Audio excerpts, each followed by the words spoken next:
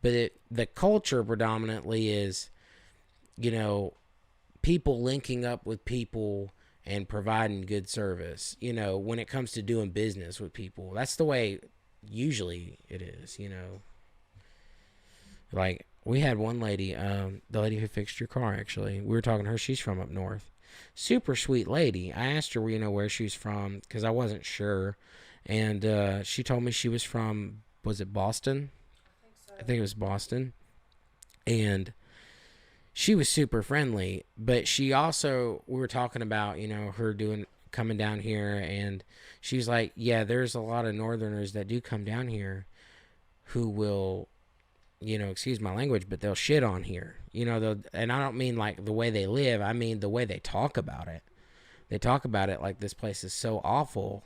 Then go back. That's my thing. If it's so bad, leave. Yeah, I had one lady, and to call her a lady is an overstatement, that I worked with when I worked at Sitel, that she was very inarticulate, and I'm not saying that I am, but I was doing better than her, it felt like. But she would sit here and talk about how it was so great up there, and she's down here, came here for a better life, and was still crapping on it. Like, and I'm like, eventually you come to a point like you have to say, you know, my state ain't the worst state. You know what I'm saying? I've been other places. I've seen videos of other places. And I tell you, now that I look back at that conversation and I see what New York and California are doing, I don't regret speaking up. I really don't. Because I used to want to go to California, but now I'm kind of like, at least it definitely LA. I'd never go to LA. You know, I don't know if you know, like, have you heard about what goes on out there? Well, there's a lot of homelessness and a lot of stuff like that, you know. Well, I mean, Famous Cecil Hotel. I just watched a documentary on Netflix the other day. what about it? Why are you laughing? That's all. How are you? No, you should definitely check out that documentary. You hit the vape pen too strong. Yeah, I did. It was about the murder of Lisa Lang, and they released, like, the whole thing centered around this video, this elevator footage, and they couldn't figure out what happened to her because she never left the hotel, right? And I'm probably going to spoil it for people. They found her on the roof, didn't they? They found her in the roof in the water You tank. got warned for spoil, so. And it turned out, at first they thought somebody had done it because the police reported Yeah. that the lid on the tank was closed when they got up there, but it turns out it was open, and she was going through, like, she was bipolar really bad. Yeah. She was having a psychotic break, and she jumped in to hide from the delusions and couldn't get back out.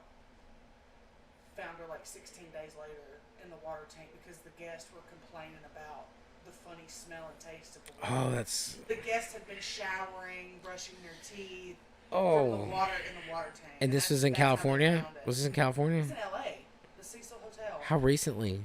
It's been, what, a year or two? 2013. Oh, is that old? Okay, well that's pretty. That's And, really like, old.